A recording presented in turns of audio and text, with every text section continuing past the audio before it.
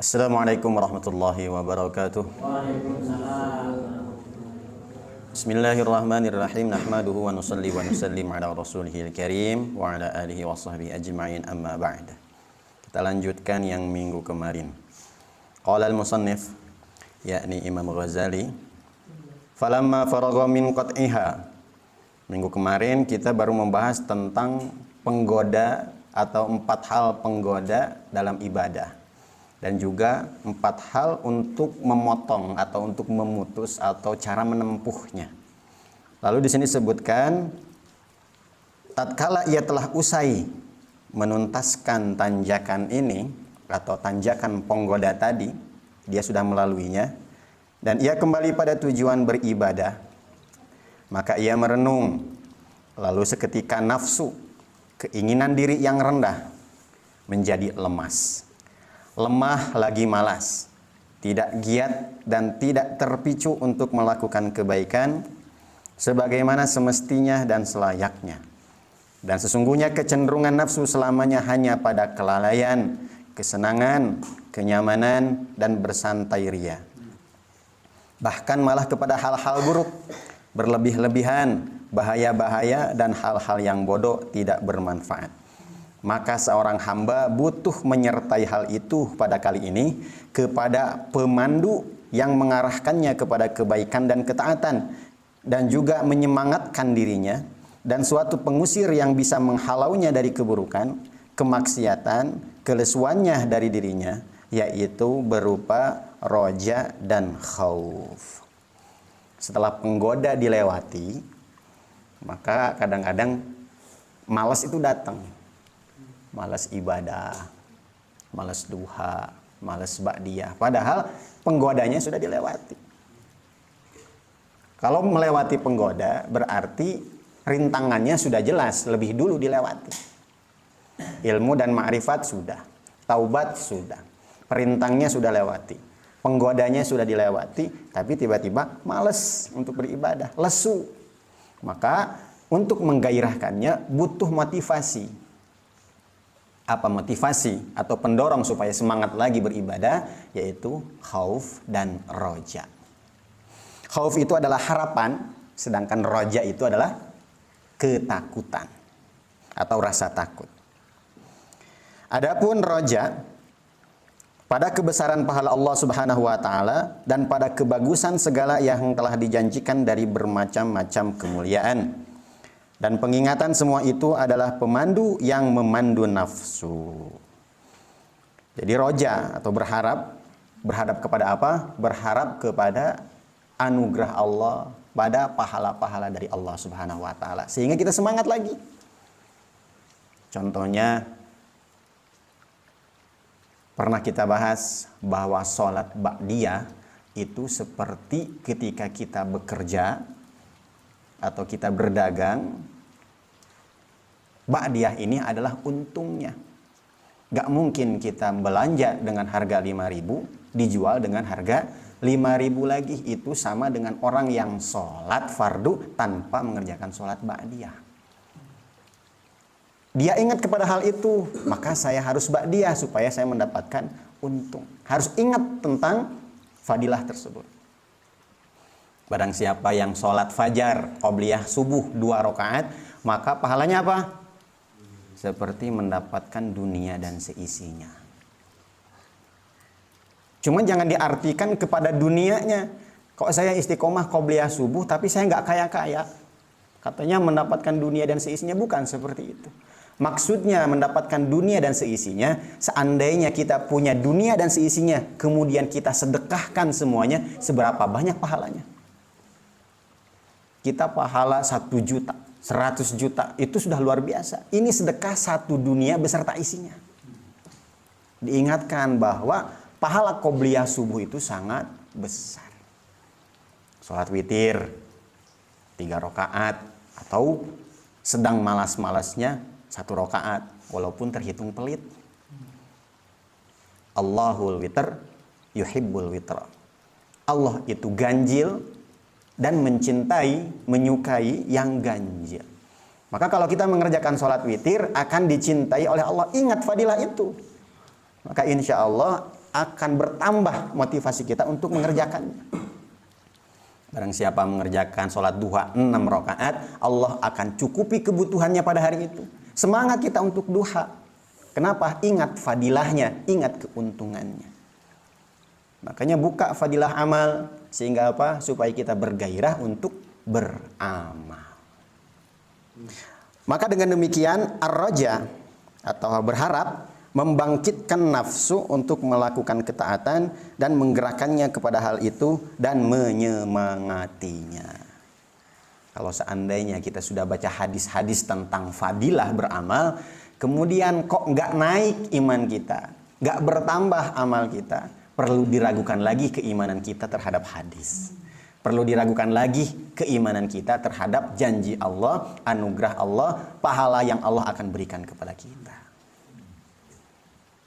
Ini kan disuruh membaca, disuruh mengingat fadilah-fadilah. Kita setiap hari membaca fadilahnya, kok nggak nambah juga amal, kok nggak dikerjakan juga, perlu dipertanyakan iman kita terhadap hadis tersebut, terhadap pahala-pahala yang Allah janjikan. Sedangkan al-khauf atau rasa takut dari pedihnya siksa Allah Subhanahu wa taala dan kesukaran apa yang telah diancamkan dari bermacam-macam siksaan dan hinaan adalah penghalau yang dapat menahan nafsu dari kemaksiatan dan menjauhkannya dan dapat melemaskan nafsu dari kemaksiatan tersebut. Kita harus punya sifat khauf, rasa takut. Kita itu mati nomor cabut, nggak tahu kapan kita akan meninggal. Dan orang yang suka bermaksiat ditakutkan matinya mati su'ul khatimah. Makanya ketika ada keinginan untuk berbuat maksiat, ingat, ditakutkan ketika maksiat kita mati. Atau maksiat-maksiat yang kita kerjakan akan membuat kita nanti matinya su'ul khatimah. Na'udzubillah min dzalik. Ingat juga siksaan Allah Subhanahu wa taala. Serendah-rendahnya siksaan neraka bagaimana?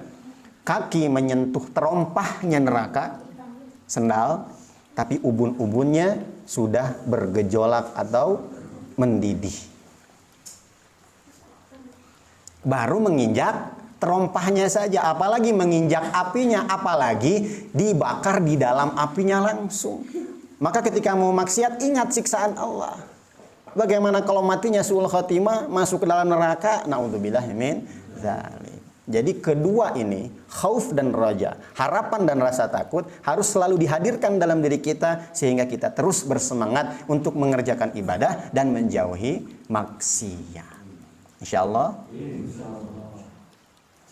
Maka inilah yang disebut sebagai tanjakan berbagai pemotivasi atau aqabatul bawa'ith. Lalu seorang hamba butuh untuk menuntaskan dua tanjakan yang tersebut itu. Lalu ia menjalani tanjakan ini dengan kebaikan pertolongan Allah Azza wa Jalla, maka ia pun menuntaskannya.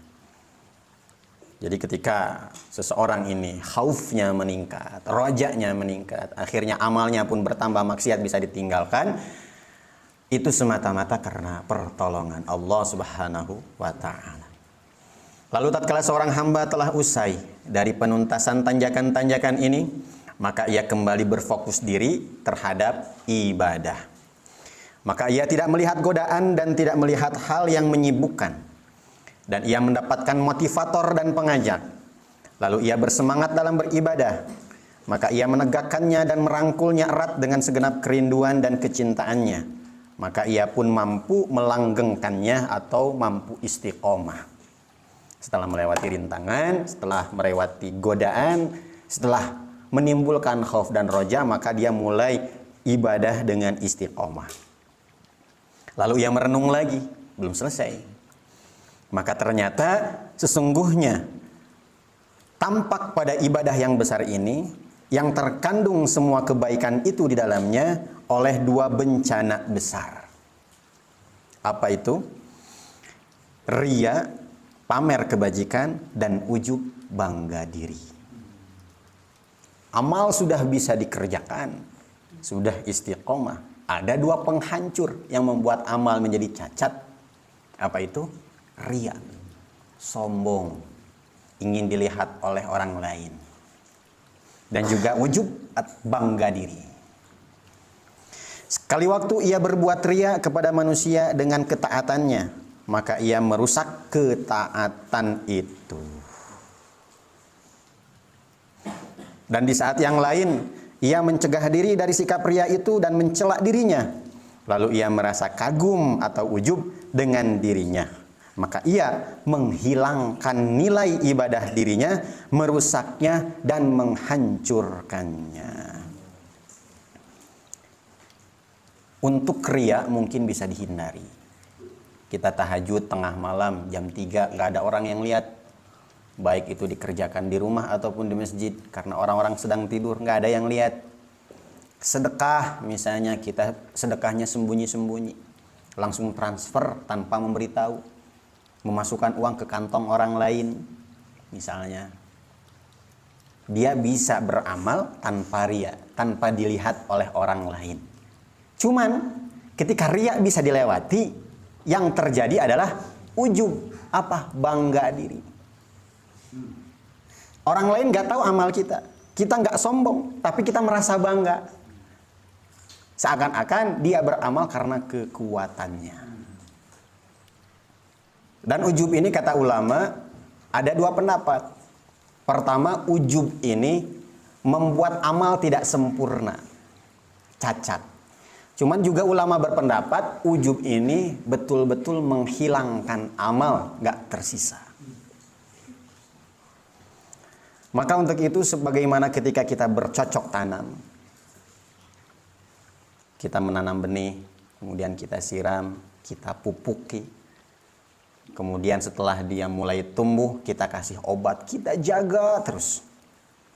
Setelah kita rawat, sebaik mungkin pada suatu malam tiba-tiba ada hama datang, rusak semuanya. Makanya di sawah-sawah padi suka disimpan alat-alat untuk mengusir burung, mengusir belalang. Jadi merawatnya itu bukan hanya setengah-setengah, tapi sampai akhir, sampai panen. Bukan hanya sekedar menyirami, dikasih pupuk. Setelah dewasa nggak dikasih obat, akhirnya dimakan hama. Percuma. Tanaman sudah bagus, nggak dirawat sampai akhir, rusak di akhirnya. Sayang. Menanam padi sudah dewasa, nggak dikasih ranjau atau orang-orangan, sehingga burung-burung datang, belalang-belalang datang, habis semua padi. Berarti ini menjaga atau merawat tanaman tidak sampai akhir. Kapan akhirnya tanaman?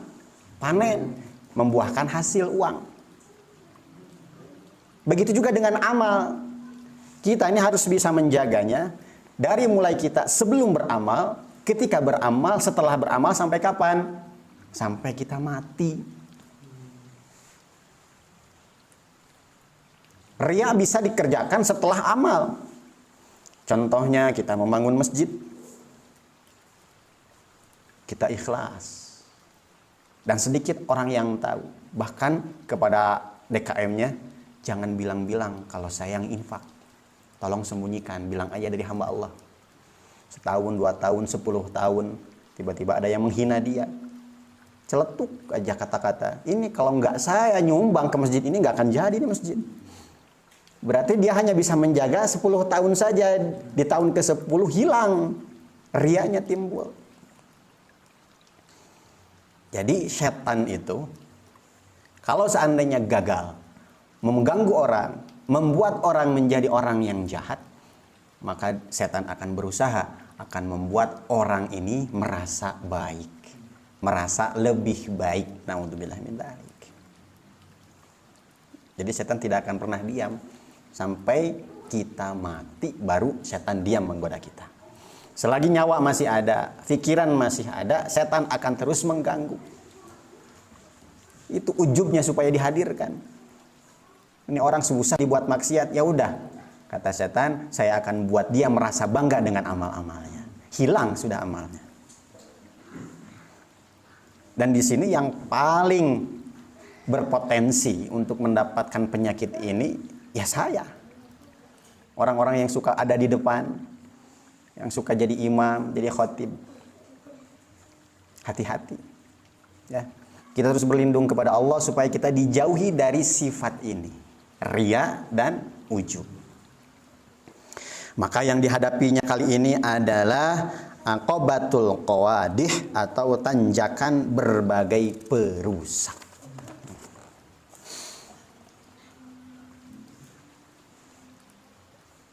Maka seorang hamba butuh untuk menuntaskannya dengan keikhlasan dan mengingat segala karunia Allah dan semacamnya agar terselamatkan segala kebaikan yang telah ia perbuat. Jadi kita harus selalu ingat supaya kita ikhlas, ingat bahwa kita bisa beramal oleh siapa? Oleh Allah. Kita sudah pernah membahasnya dalam kam munfasil, dalam af'al. Bahwa yang memiliki perbuatan hanya Allah. Kita menggerakkan tangan, menggerakkan kaki siapa? Allah. Itu gerakan siapa? Gerakan Allah. Kalau tidak Allah bantu, kalau tidak Allah gerakan, maka kita tidak bisa mengedipkan mata pun nggak bisa. Apalagi ibadah. Kita harus selalu ingat pada itu. Kita bisa bicara, kita bisa ceramah, kita bisa berkhutbah. Itu semata-mata karena Allah gerakan kita untuk bisa seperti itu. Selalu ingat karunia Allah, selalu ingat bahwa semua perbuatan kita milik Allah. Maka ketika ada perasaan di dalam diri kita riya, baik itu sebelum amal, ketika amal, sesudah amal, ataupun perasaan ujub. Ujub itu merasa bangga kepada diri sendiri, segera hilangkan perasaan tersebut. Langsung ingat kepada karunia Allah. Ingat kepada perbuatan Allah. Bahwa perbuatan saya dibuat oleh Allah Subhanahu wa Ta'ala. Langsung ingat. Jika langsung ingat, maka insya Allah pahalanya yang tadinya mau rusak dikembalikan lagi menjadi utuh lagi. Sebagaimana sholat. Sholat kita hanya sekedar menggunakan sarung tanpa pakai celana. Kalau terbuka angin, maka aurat akan tampak. Kita pernah membahasnya dalam bab fikih. Kalau terbuka aurat, segera kita tutup, maka sholatnya tidak batal. Tapi kalau terbuka auratnya kita diamkan saja, maka sholatnya batal. Ataupun ketika sholat, ada kotoran cicak nempel di baju kita. Dan kotorannya kering. Kalau kita tidak segera membuang itu kotoran, maka sholat kita batal. Hal sepele, sangat kecil, nempel di baju kita, tidak segera kita buang, batal sholat kita. Karena membawa najis. Tapi kalau segera kita buang, maka sholatnya sah. Ngerti maksudnya? Jadi ketika timbul perasaan riya, timbul perasaan bangga, segera hempaskan perasaan tersebut. Ingat bahwa kita bisa ibadah dari siapa? Oleh siapa? Selalu ingat, perbuatan kita milik Allah. Kita nggak bisa apa-apa, jangankan ibadah, berkedip pun tidak bisa kalau tidak digerakkan oleh Allah, kalau tidak ditolong oleh Allah Subhanahu wa Ta'ala. Maka jika demikian, insya Allah pahala yang tadinya mau hancur akan dikembalikan lagi menjadi utuh. Isya nanti kita lanjut setelah sholat Isya. Wallahu a'lam bishawab. Bismillahirrahmanirrahim. Maka ia mulai melakukan dalam menempuh tanjakan ini. Tanjakan apa tadi? Tanjakan berbagai perusak atau aqabah qawadih, dengan izin Allah Subhanahu wa Ta'ala, dengan sungguh-sungguh berhati-hati dan berkesadaran berkat kebaikan pemeliharaan Zat yang Maha Pemaksa lagi luhur dan pengokohannya. Jadi sekali lagi, ketika kita bisa menempuh jalan ini, bisa melalui tanjakan ini, maka semua itu semata-mata dengan izin Allah Subhanahu wa Ta'ala. Ini mungkin saya akan bacakan dengan cepat supaya segera selesai mukadimahnya ya. Mungkin syarahnya sedikit saja. Lalu tatkala seorang hamba telah usai dari tanjakan ini seluruhnya, maka berhasil baginya memperoleh nilai ibadah sebagaimana mestinya dan selayaknya, dan ibadah itu selamat dari penyakit.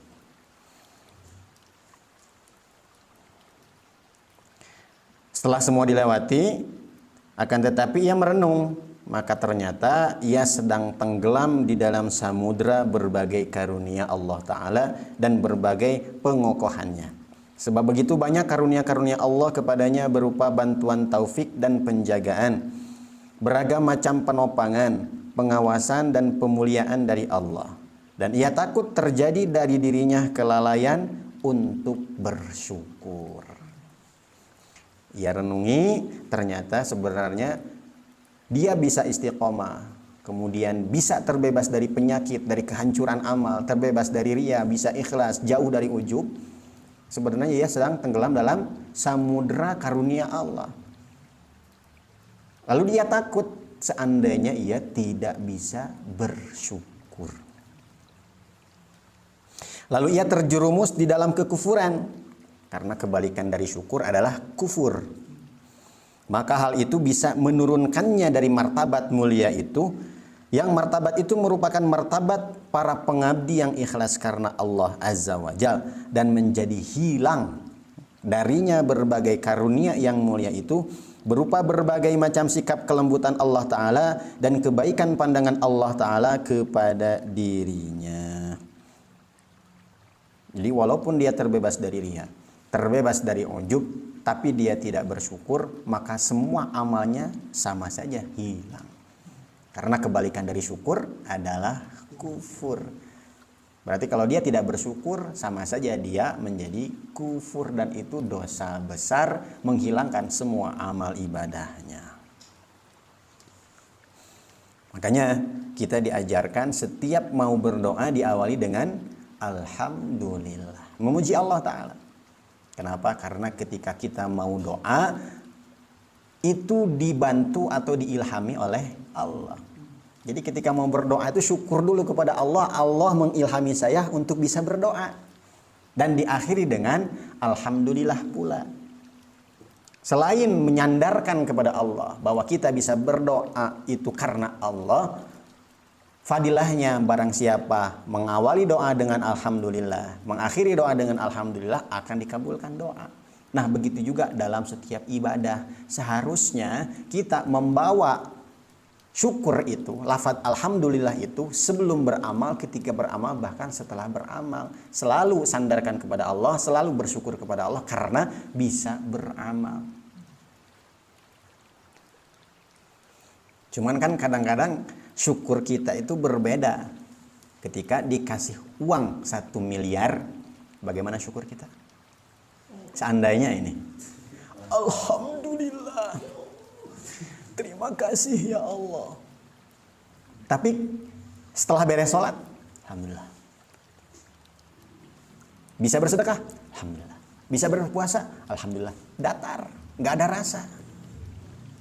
Tapi diberi keduniaan, jangankan 1 miliar, ada orang ngasih cuma-cuma 1 juta. Alhamdulillah, nuhun bisa.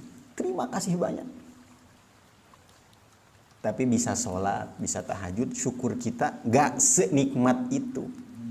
Perasaannya gak seperti diberi uang 1 juta. Maka yang dihadapi seorang hamba kali ini adalah aqabatul hamdi wa syukri, tanjakan pujian dan rasa syukur. Syukur itu mengakui semua nikmat. Sholat adalah nikmat, ibadah adalah nikmat, menjauhi maksiat adalah nikmat. Akui semua itu dari Allah Subhanahu wa Ta'ala. Lalu ia segera memulainya. Lalu ia pun menempuhnya dengan segala upaya yang memungkinkan baginya. Sebab begitu banyak pujian dan rasa syukur mesti dilakukan atas berlimpahnya nikmat dari Allah Subhanahu wa Ta'ala. Lalu tatkala seorang hamba telah usai menempuh tanjakan ini, pujian dan syukur itu, dan ia kembali turun, lalu tiba-tiba ia dengan tujuannya dan target pencapaiannya telah ada di hadapannya, maka ia tidak perlu berjalan kecuali hanya sekedarnya saja.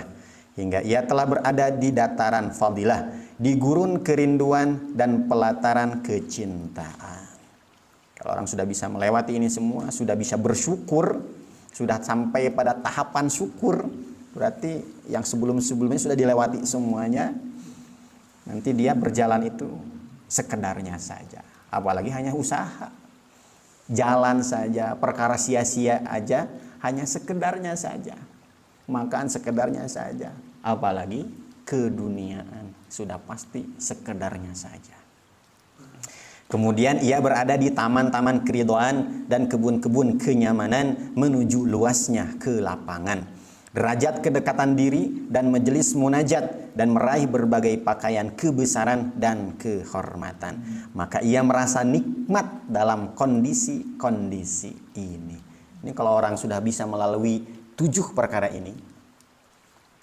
Ilmu dan ma'rifat, taubat, perintang-perintang, godaan-godaan, kemudian pemotivasi menimbulkan khauf dan roja, kemudian bisa melewati yang namanya penghancur-penghancur amal, riya dan ujub, kemudian dia bersyukur, maka pasti dia akan merasa nikmat dengan kondisi seperti itu.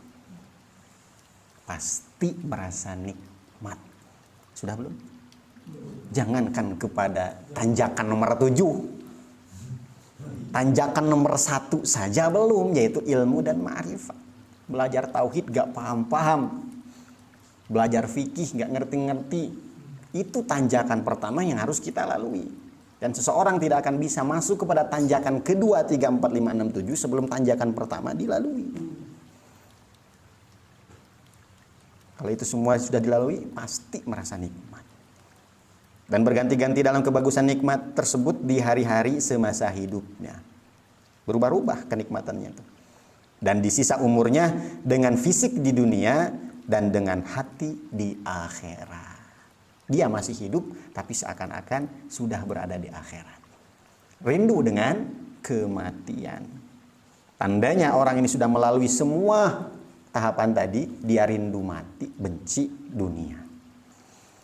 Ia menanti utusan hari demi hari, menanti utusan. Siapa? Malaikat Israil. Menanti hari demi hari hingga ia merasa bosan terhadap makhluk seluruhnya. Dan ia merasa jijik terhadap dunia. Dan ia merindukan kematian dan semakin sempurna kerinduan kepada alam arwah. Lalu tiba-tiba ia telah bersama dengan para utusan, para malaikat kepada dirinya. Para utusan itu mendatanginya dengan membawa berbagai kenikmatan, hal-hal yang menyenangkan, berita gembira dan keridhaan dari sisi Tuhan yang ridho tanpa kemurkaan. Artinya malaikat Israel dan malaikat-malaikat yang mendampingi malaikat Israel membawa kabar gembira, menampakkan kepada orang ini berita bahwa dia akan masuk surga. Jadi meninggalnya dalam keadaan tersenyum, dicabut nyawanya juga mudah. Lalu para utusan ini memindahkannya ke dalam jiwa yang terbaik, kegembiraan yang sempurna, dan kenyamanan terjauh dari negeri yang fana lagi tempat fitnah ini, menuju hadirat ketuhanan Allah dan tempat tinggal di taman-taman surga. Lalu ia melihat pada dirinya yang lemah lagi amat butuh menjadi makhluk bergelimangan kenikmatan yang permanen dan bak raja besar lagi agung. Di mana ini? Di surga. Kenikmatan yang permanen hanya ada di surga. Di dunia walaupun sangat-sangat nikmat hanya sementara. Kalau kata bahasa Sunda, dunia mah sakedeung. Dilila-lila ge teu ngeunah. Di ngeunah-ngeunah oge teu lila. Dunia itu sementara. Di lama-lama juga gak enak. Di enak-enakin juga gak akan lama. Dan ia menjumpai di saat seperti itu dari Tuhannya yang Maha Pengasih lagi pemberi keutamaan, lagi Maha Mulia, betapa mulia mengingatnya akan berbagai kelembutan darinya. Kasih sayang, kelapangan, kedekatan, karunia dan berbagai kemuliaan. Sesuatu yang tidak bisa terliput oleh gambaran para pelukis dan oleh penyifatan para pemberi sifat. Lalu ia di setiap hari kian terus mendapatkan tambahan semua itu hingga sepanjang masa. Jadi kenikmatan di surga itu tidak stagnan, tidak monoton.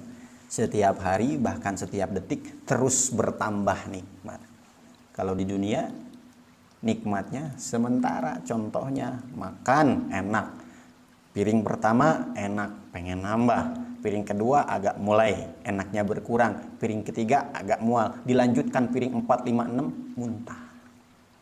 Tapi di akhirat nanti di surga, setiap gigitan itu selalu berbeda rasanya, terus nikmat, semakin nikmat. Bahkan dikisahkan nanti di surga itu ada orang yang memakan pisang, terus makan pisang sampai malaikat menegurnya, "Hai fulan, gak adakah makanan lain?" Maka fulan tersebut mengatakan, "Hai malaikat, saya terus merasakan kenikmatan, kenikmatannya terus bertambah." Maka malaikat berkata, "Coba lihatlah ke belakang, apakah kamu tidak sadar?" Ketika dia melihat ke belakang, ternyata kulit pisangnya sudah satu gunung. Saking gak terasa, saking nikmatnya terus bertambah. Kalau di dunia sedikit berkurang lagi.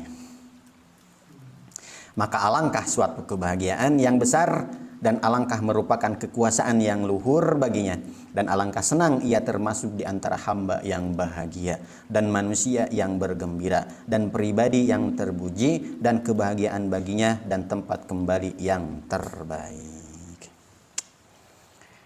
Di sini selanjutnya ada harapan Imam Ghazali. Nas'alullahal barrahim subhanahu wa ta'ala.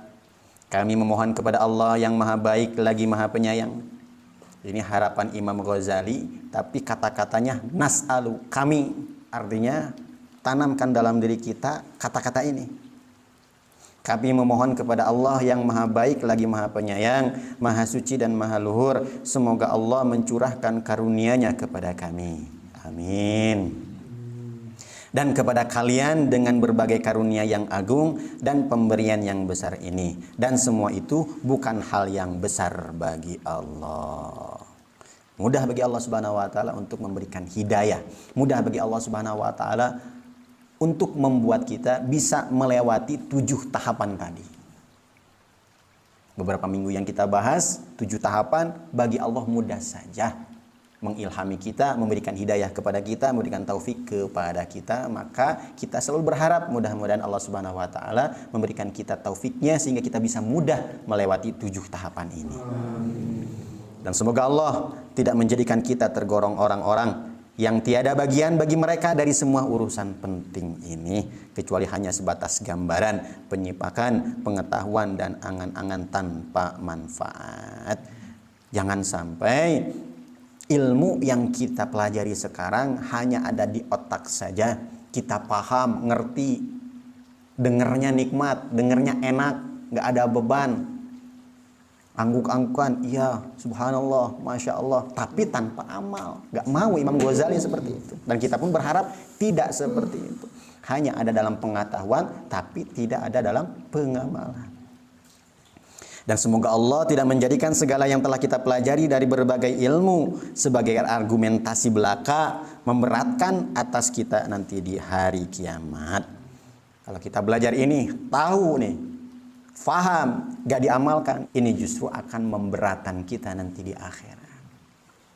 Dan semoga Allah memberi taufik kepada kita seluruhnya dalam beramal kebajikan dengan ilmu yang telah kita pelajari itu dan melaksanakan sesuai dengannya seperti apa yang Allah cintai dan Allah ridhoi. Sesungguhnya Allah Maha Pengasih dibanding para pengasih dan Maha Dermawan di antara para dermawan. Semoga Allah melimpahkan rahmat kepada baginda kita Nabi Muhammad dan kepada keluarga beliau dan mensejahterakan, memberi kehormatan dan kemuliaan. Amin ya Allah ya Rabbal alamin.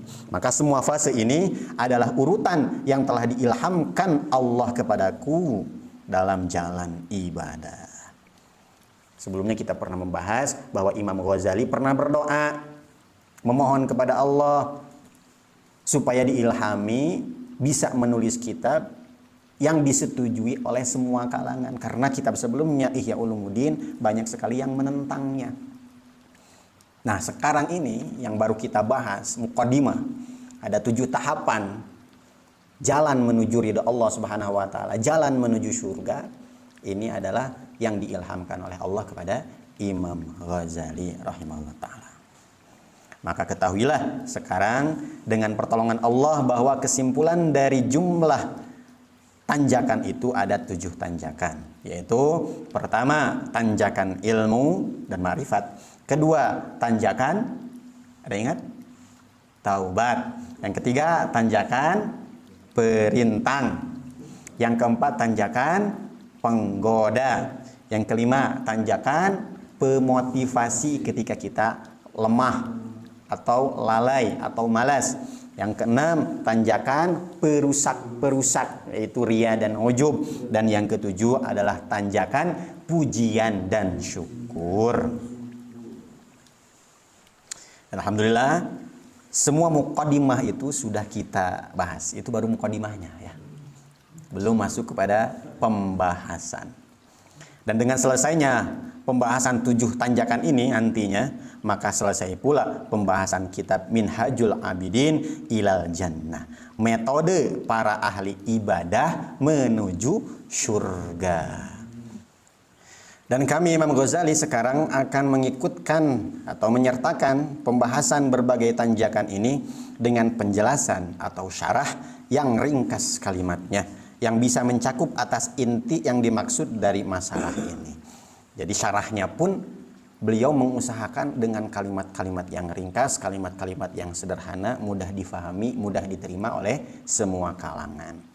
Masing-masing dari ketujuh tanjakan tersebut diuraikan dalam satu bab tersendiri. Bab ilmu tersendiri, bab tobat tersendiri, bab perintang tersendiri, bab penggoda tersendiri, bab pemotivasi tersendiri, apalagi bab penghancur tersendiri, dan bab syukur tersendiri. Bila Allah Subhanahu wa taala menghendaki.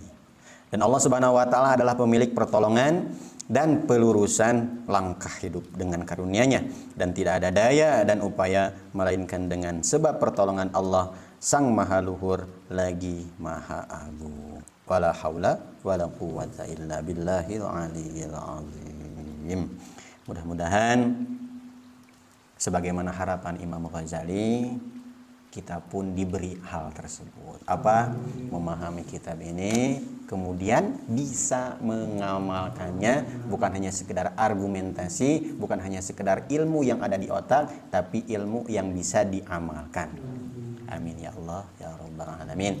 Yang betulnya dari Allah, yang salahnya dari kebodohan saya, kekurangan saya. Wallahu a'lam bissawab. Kita tutup dengan doa kifaratul majlis. Subhanallah wa bihamdihi, subhanakallahumma wa bihamdika, asyhadu an la ilaha illa anta astaghfiruka wa atubu ilaik. Wassalamualaikum warahmatullahi wabarakatuh.